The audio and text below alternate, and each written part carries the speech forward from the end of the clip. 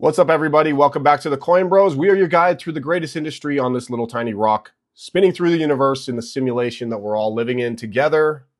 So we might as well work together and make some money in this simulation. You know what I'm saying?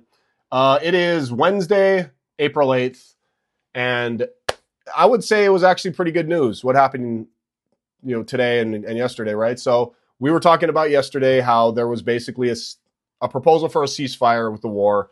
We actually got somewhat of a resolution for the immediate short term, right? And we'll see how it plays out. But we gave 3 scenarios yesterday, and I would say this falls right in between scenario 2 and scenario 3. 1 was there's no resolution, they keep attacking. 2 was it kind of stays the same and it gets pushed back. And then 3 is there is some type of ceasefire act.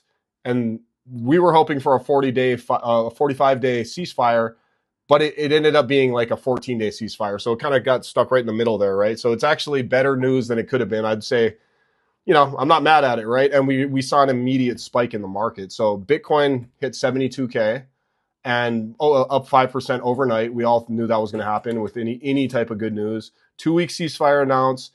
But one of the main things that they're saying is the Straits of Hormuz will reopen.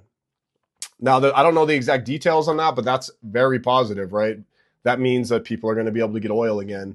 And we'll talk about a few other things that come with that can directly affect Bitcoin, especially, that could be actually pretty bullish if you're just looking at it on like a dollar and cents metric for Bitcoin, right? Like, we'll talk a little bit more about that. 600 million in shorts were liquidated. So $600 million worth of people trying to short, thinking that we weren't going to get any type of resolution or anything.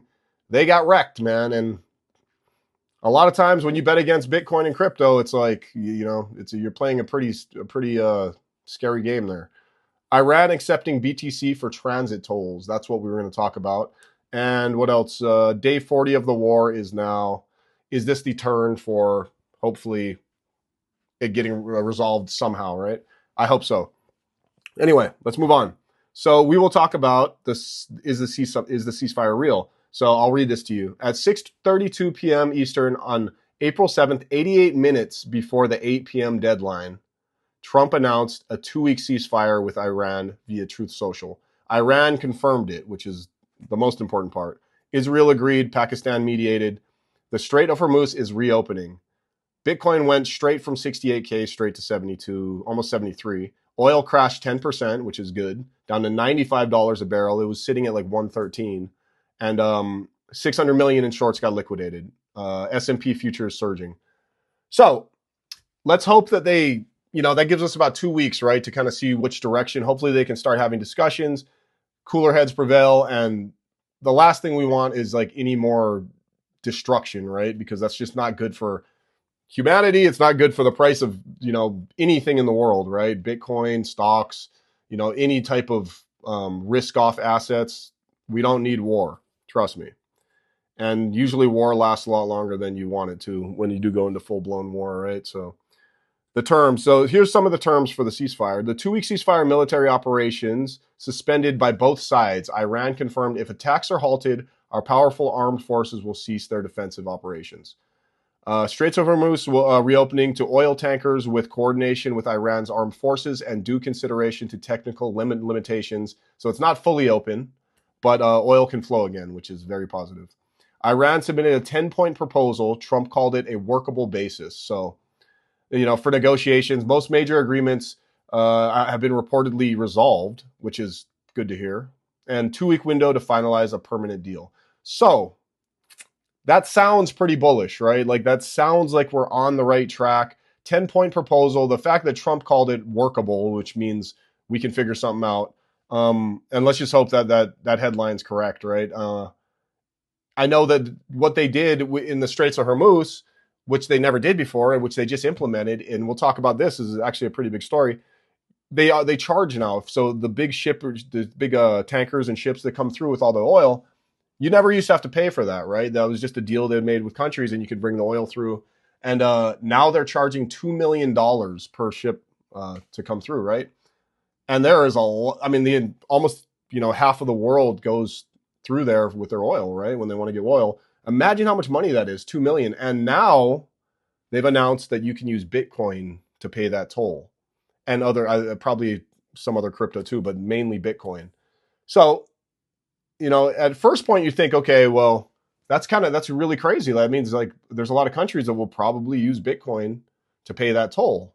And that could be hundreds and hundreds of millions of dollars, billions of dollars over time. But then you think about it and you say, well, all that Bitcoin's going right to Iran, right? And what are they going to do with that Bitcoin? So it's like, yeah, the Bitcoin's being used, which is always a positive, right? Because you have the transactions. And even if they were to just dump it, it's still better that people are buying and selling Bitcoin. But, you know, just because they're accepting Bitcoin, that might not automatically mean that's great, right? It could be good just for the movement of Bitcoin. But do we want Iran getting a ton of Bitcoin? I don't know.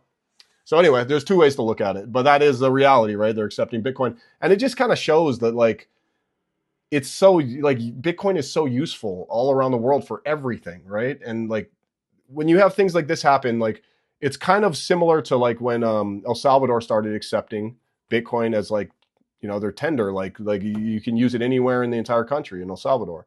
And it's like legally you have to accept it. Now this is kind of similar, right? You have countries like Iran and places like that where they're accepting, that's a major amount of money that's going to be flowing in.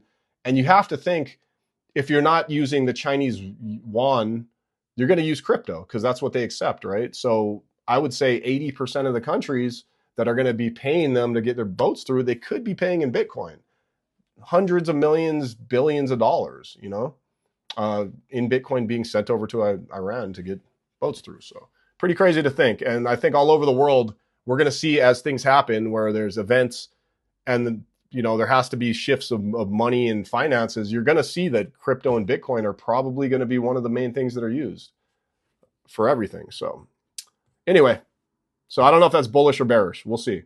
70K has been reclaimed. Oil crashed to 95 bucks. So basically all the news today is all surrounding around like this, the war. And we're seeing directly that it does matter. If there is a resolution, we're going to see things go green and the whole world's going to be happier. If things take a turn for the worse, then we're probably going to see a massive dump and people are going to get scared again. It's pretty easy to read. But what I wouldn't do right now is place too many bets on either side because we've seen about 10 times already. Trump will say something, governments will say something, and the entire market just shifts like this, right? It's like a seesaw. So be careful if you are playing that game right now, trying to like buy the rumor, sell the news, or trying to be ahead of the news. It's taken a lot of turns, so I would just be real careful out there. Altcoins, ETH has been surging alongside Bitcoin. It's at like 2,200, which is good to see. Solana's kind of just hovering. And yeah, so 600 million in shorts got liquidated. A lot of people were betting on the other side, you know, for things to go worse. So, all right, guys, much love. Be nice to each other. That's the news for the day. See you guys tomorrow. Like, subscribe.